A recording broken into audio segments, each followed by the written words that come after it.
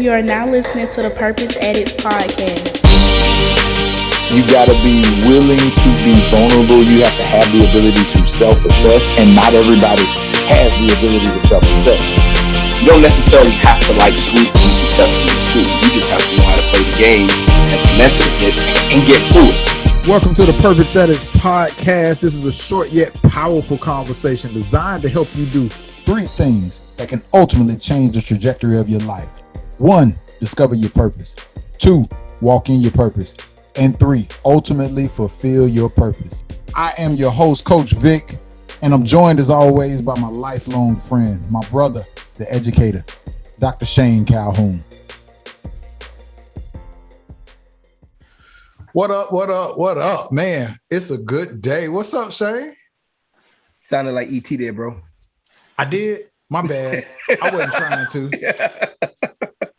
No, Say that's fine, because the dope thing about it is, you really have impact when you influence people. So like, there's a lot of people that are in like the motivation space or in just the public speaking space where you hear that, what up? And I'm like, that's E.T. Dope. It just caught my attention. So I mentioned it. That's all. No problem. I appreciate that. The acknowledgement. I won't do it again. I don't want to be E.T. I want to be VIC. I understand. You know what I mean? I understand. I'll come up with something else. Don't worry about it, fans. Y'all let me know what my intro. I'm going to try something new every episode for the next 5 episodes. I understand. How you been, homie? Man, making it, bro. Making it? Yeah, just it's been a week. We lost one of my coworkers. He was a coach, passed away on, I want to say Wednesday. Sorry to hear that, man. Stage 4 cancer, man. 43 years old, bro. Man, so it's that's our age. Yeah, so it's just it's unreal. And what's so super odd is I keep bumping into things around my house that I either borrowed from him and didn't return, or that I was supposed to be trying to figure out and work on, because we're like tech nerds. And it just doesn't make any sense, bro. So I encourage everybody to, your loved ones, even your enemies, somebody you're mad at, life is way too short to be to hold grudges and be mad about something, man. Yeah, man. You got to let it go. You got to live, as we say, live life on purpose here on the show. Yeah. Our condolences to the family. Deepest sympathies. What I want to do is I want to bring in our guest. We got a special guest who was introduced to us by our sister, Nelsia. She met this gentleman and said, hey, I really think you all need to meet him. I really think you all need to have him on the show. And just off the strength of her word, man, we brought him on, and it's been amazing so far just to learn about him and what he's done. So for our audience, we are talking with a member of law enforcement. And just so you know who he is, a little bit about his background, he got into law enforcement when he was the age of 14. And I'll let him dive into that, explain his journey. But nonetheless, he is currently serving as a commanding officer of a major South Florida police department. And he currently has just released his first book called Police Fragility. Folks, I want you to welcome Mr. Joe, as we affectionately know him, Joe DeAndre. What's up, Joe? I appreciate it. Thank you for having me, guys. Yeah, man. Listen, the nickname, I got to give the backstory. So I'm talking with Nelsia, and she calls me. She's got Joe next to her, and she goes, I want to introduce you to Joe. I call him Joe DeAndre because he's so cool. He's one of us. I say, okay. So from now on, he's Joe DeAndre. That is not his real middle name. You don't have a middle name, right? No, I do not. Apparently, so I do now. She gave him DeAndre as a middle name. Welcome to the show, my man. I appreciate both of you for having me. Thank you. Yeah, man. How you doing today? Doing great. Everything's doing good down here in South Florida. Yeah. We're starting to get into that summer weather. So it's starting to be like today was a beautiful day. We had a light breeze in the air, right? So it was one of those days that just makes you appreciate living in Florida, right? Absolutely. Absolutely. Now, Joe, I want you to jump in on this next segment. We always go down this lane. It's called What Blew Your Mind, where Shane shares with us something that has blown his mind this week. So Shane, take it away. What blew your mind? Two things, and they'll both kind of lead into the conversation. Just a second ago, about maybe an hour ago, me and my boy, we went out to the store, BJ Turner's, where the last time I went to this store and I talked about it on this podcast, I felt as though I was being profiled. Well, today I go back to the same store, and as I'm coming out the store, well, when I'm walking in the store, I see a man, right, sitting on a bench, and obviously something's up. I don't know whether he's homeless, whether has a mental illness, something's up. I've seen the guy before. I've been close enough to smell him, so I know so I see the guy before, so he's sitting. Mm-hmm. So we go in the store, do what we have to do, come back out. And as we're coming back out, he falls to the floor. Like he started walking and he like slipped and fell. So I have my 4-year-old son and I'm just looking at him. And in my mind, I'm just looking. And I don't say anything. I'm just in my brain running through scenarios. I'm like, all right. So cars stop, and then this woman comes out and starts to help him up, but she couldn't help him. So I go over and I go, boom, help him up.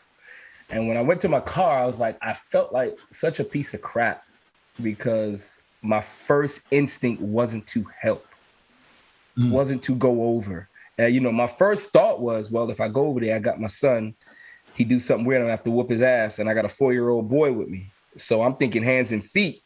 But it's just like the climate we're in and just how we've become as a society it's disheartening that our first nature, our first thought, at least I can't talk for everybody else. Me, my first reaction wasn't go help this man. My first reaction was suspicion.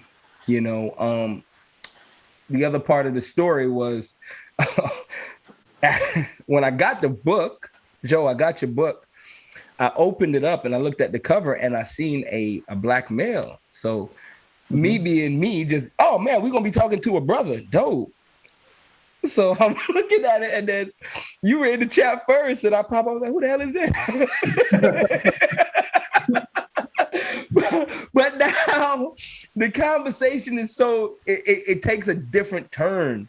And I just wish life wasn't like that. Like, imagine if we just lived in a place, like my shirt, it reads Black Excellence. And I put it on and I'm like, oh, damn, hope this doesn't offend anybody. I don't care.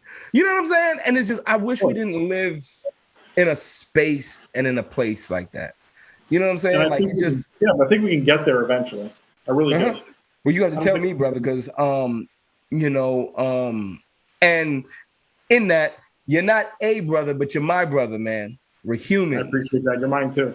You know what I'm saying? When you may not be a brother, but you're my brother, and I'm honored to have you here, and I'm honored to speak with you about your book. I'm honored you guys brought me on. Truly. Yeah, but it's just I just wish we just didn't live in that type of place, man, where it was just this where it's this constant guard. You know what I mean? Where you just have to watch yourself. So what do you think? You're not alone. First off, in this day and age, we are all more on guard. I just moved into a rental. I'm in a new neighborhood and I'm on guard left and right. Example, we were bringing over the rest of our furniture that we left in the house today. And so we brought in a dresser right by the front door. We got the door open because we keep coming in and out of it. I brought in a small TV, sat it on top of the dresser, coming in and out maybe 2 more times. And something dawns on me. Somebody could just run in here, snatch that TV and get going. I don't know this neighborhood. I went and grabbed the TV, moved it further into the house, right? We're always on guard in this day and age because we've seen society shift to be more self-serving and less of a selfless society. We have to protect ourselves because people have done some extremely shady stuff to benefit themselves, whether it be something as blatant as, smash and grab, whether it be pretending to fall only to get you close and take advantage of you, or it's something more subtle, something a little bit more sinister.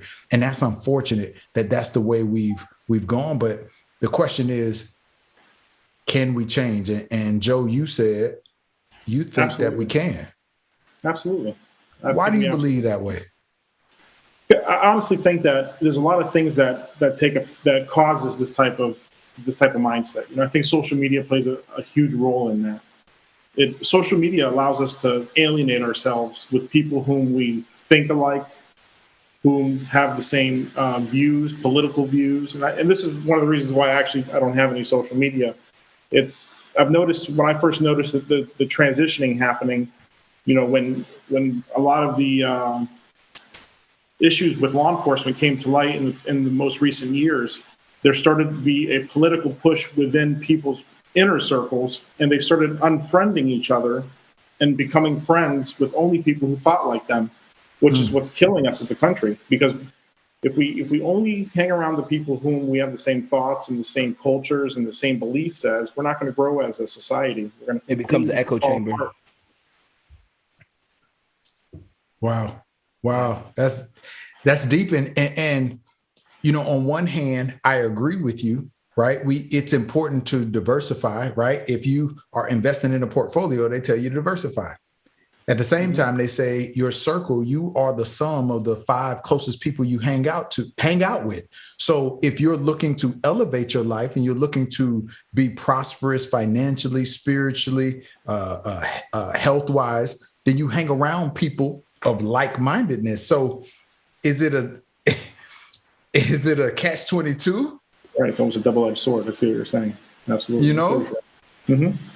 So which is it? Do you diversify, or do you hang around like-minded people, or is it more about the motive? I think you hit it right in the head there. I think it's more on the motive, or what your intent, what are you trying to achieve, what your passions are, what are you pushing to get out of life? You know what I mean? Yeah. I was raised with, my mother and father raised me, but my mother always pushed for me when it comes to meeting different people from different cultures. It was always to embrace them and get to know the differences and understand their cultures.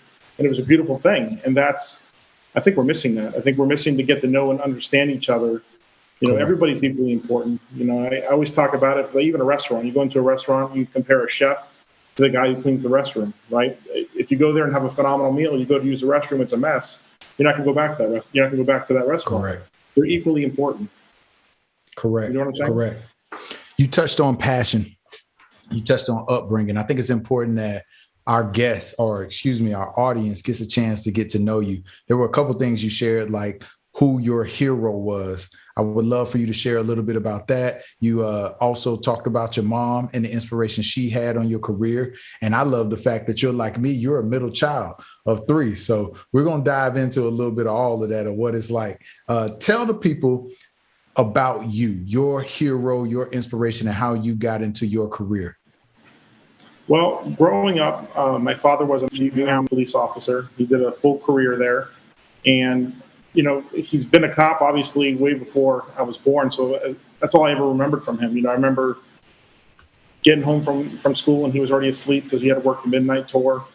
And I would stay up as late as I can just to be able to see him before he went off to work. And, and I knew where he was headed. I knew what he was doing. And I'd always meet him in the hallway before he'd get off to work. And there's certain things like that. Like I know in my book, Police Fragility, I talk about his aroma that he would have the Drakkar Noir on and stuff like that. So there's certain things that remind me of my childhood, and I knew that he was going out, he was going to be a police officer. He was a police officer. He was out in the streets protecting and serving. And it was very inspiring. And I don't think it kind of paved my future from that point on what direction I was headed. That's a very big impact on me. Now, you got into law enforcement at the age of 14? Correct. Yeah, I became a Pembroke Pines Police Explorer at 14, and I never really hung up the uniform since. I went from there to being a police service aide. I then became a police officer, and through that, I climbed the ranks eventually to where I am today. You know, a lot of people have a childhood dream, but it's my belief that few of us get to actually live those out as an adult. What is that like to have fulfilled a childhood dream, doing something that most people don't? Yeah, it's funny that you say it like that, because it's something that it was never really something that I felt like I wasn't going to be able to achieve. You know, I knew what I wanted, and I felt like nothing was going to get in my way to get there, no matter what. And I've had issues where I've had hiccups and I've had road bumps, just like everybody else has, you know. But when it's something you want bad enough, nothing will get in your way. And I just kept pushing, doing the right thing, and it comes back, you know, back to the top. It is what it is, you know. And Yeah. I just kept pushing. You know, that's the whole premise behind the show, Purpose Addicts. You become so addicted to pursuing your purpose that not seeing it achieved is not an option. The only option is to grow and to go after what you want. So it's so fitting to hear that to you, it wasn't a dream. It was the only option. You were addicted to your purpose. And for a lot of our guests, you know, their passions are what drive them to achieve success. So for you, I asked you this question when we were preparing for today's episode. So I'll ask you again on there because I thought your answer was so dope. What are you most passionate about? I'm most passionate about being a change agent, not just for my agency, but for law enforcement as an entire community. I feel like that I can make a difference, and I'm not going to stop until I do. There's a lot that needs to be done. And I think as I continue to talk to people and great folks like you give me the opportunity to talk, and people get my book, or people just want to have a conversation with me and we can talk and see where our issues are and get the buy-in from people, and people just buying into the idea that this can work. We can make this work. There's a way of doing it. And until that happens, I'm not going to stop. Go ahead. So you mentioned the book, and that's a good jump off point. Police fragility, and I looked up. We know the meaning of fragility, but I looked up the meaning just cause the quality of being easily broken or damaged. So if you could explain to me the motive behind the book, the title, and then I'll double back with, you said that you want to be a change agent. I'm interested to know what that change looks like. But first, the title. What inspired the title and the book in and of itself? Well, the inspiration that I have for it was the state that my profession is in right now. You know, and we really are in a vulnerable state. And this could go in two directions. You know, we could continue the same path that we've been going down for over 100 years. You know, this is a cycle. It's a cycle that we go through it, and then people get tired of fighting the system, and it falls back to the way that it was, and nothing changes.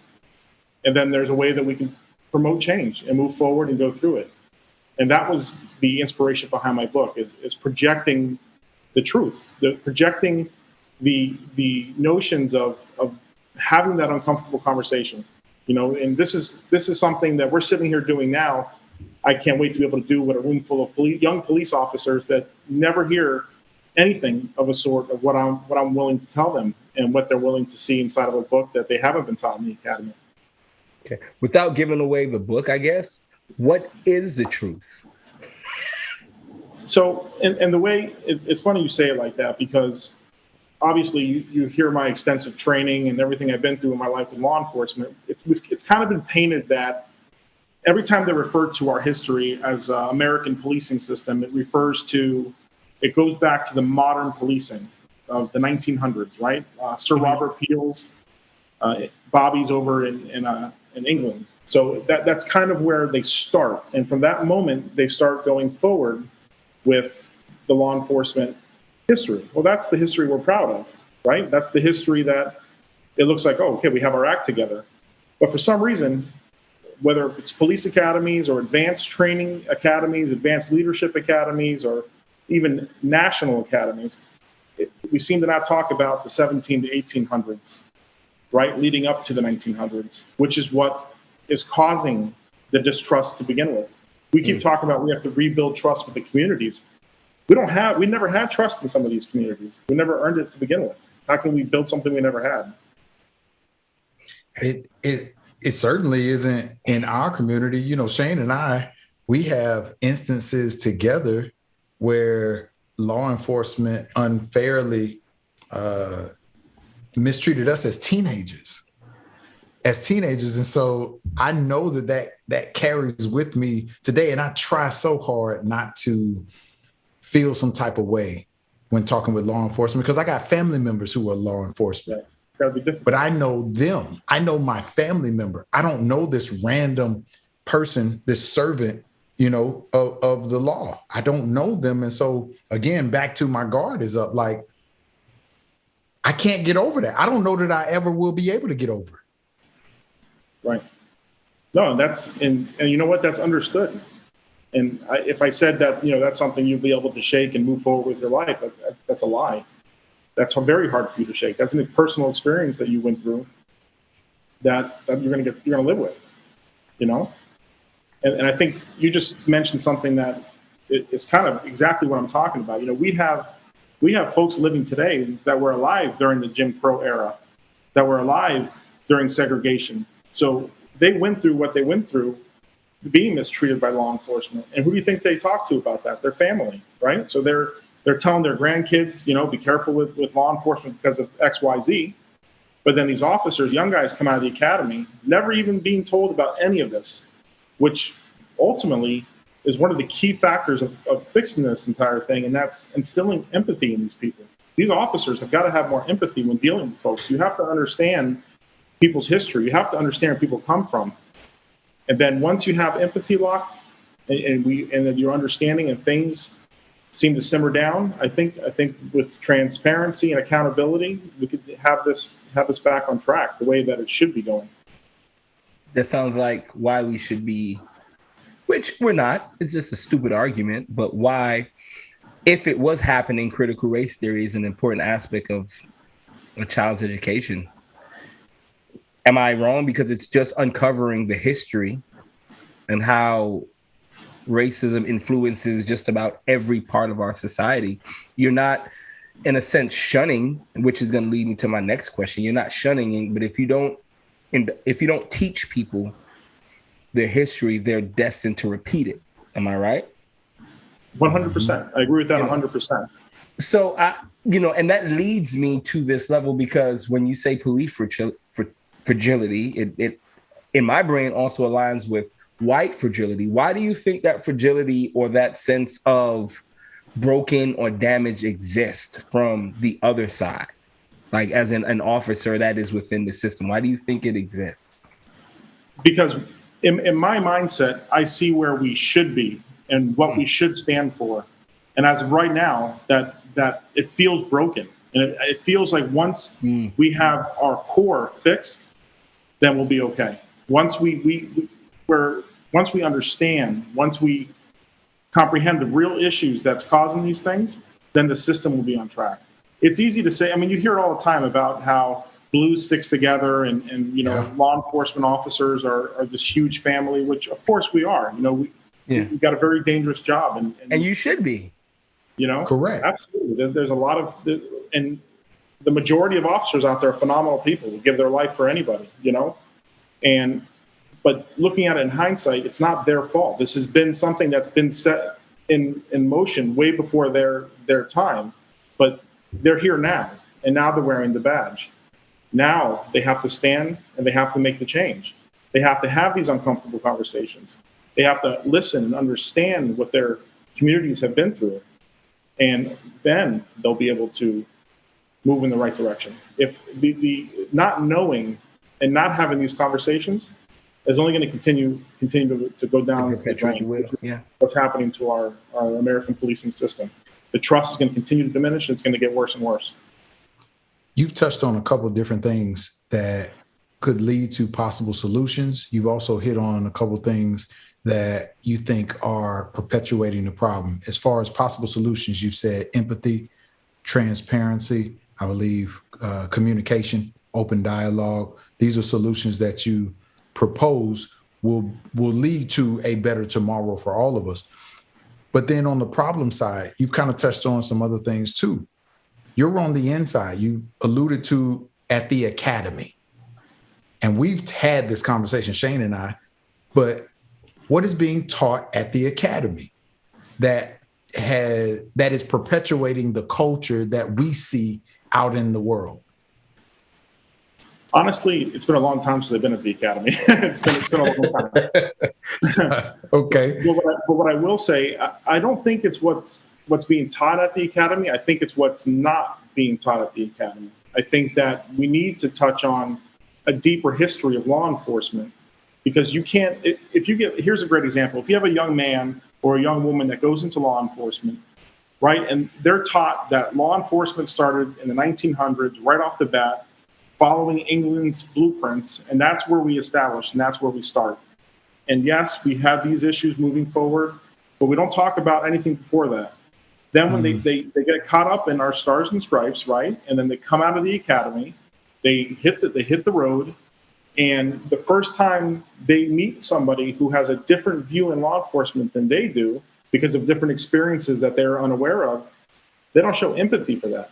They take that as, this person just don't like law enforcement, and they meet that with the same force, if you will, with the same combative attitude that they receive from something that's much more serious that they don't understand. Instead of being empathetic and talking to people, as we've seen in multiple videos in this country, it goes the opposite direction. That shouldn't be happening. Yeah. I would imagine your law enforcement comrades are not all in favor of the book, the title, the subject, which brings the question, why you? Why you? Why now? That's a great question. And I think if people like me, who think like me, just continue to sit back and say and do nothing, it's never going to change. It never will. So you got to stand for something in life, right? Yeah. Yeah. What's up, Purpose Addicts? It's Coach Vic here, man. Part 1 has gotten pretty interesting, right? Yeah. Listen, it's a deep, heavy topic, but it was a good conversation. And we decided to break this up into 2 parts. So you're going to have to tune in next week to see part 2, where we dive into the book a bit more. We talk about what's going on behind the scenes at the police training academy, as well as we're going to lean into what could be a real solution to bring about this change that's very needed, very relevant to our everyday lives. I tell you what we will do. There's a couple sneak peeks at what next week's episode is going to look like. Stay tuned. Join in for part 2. Purpose Addicts. Live life on purpose. We out. Half the issues that we're seeing in today's issues that we're seeing with law enforcement, okay? Can I chime in on that real quick? That works Absolutely. 2 ways. Because until we not see the police as the enemy, there's no way they can break a barrier. And I'm not going to lie, I don't like see police coming. And I am a law-abiding citizen. The only thing I do wrong is I don't like wearing my seatbelt. Do not feel when I see a police officer in the vicinity, there is an extra heightened level of anxiety. And I hate the whole term, if he just complied, because that puts the responsibility only on one side. Because there's so much good that can be done. Now there is reorganization or reallocating funds to certain areas of the agency that can do good or focus on other things like training or other resources for accountability and stuff that we could do instead of taking the funds away completely. When you take the funds away completely, now you're jeopardizing the safety of the members of the community, and that's not being done.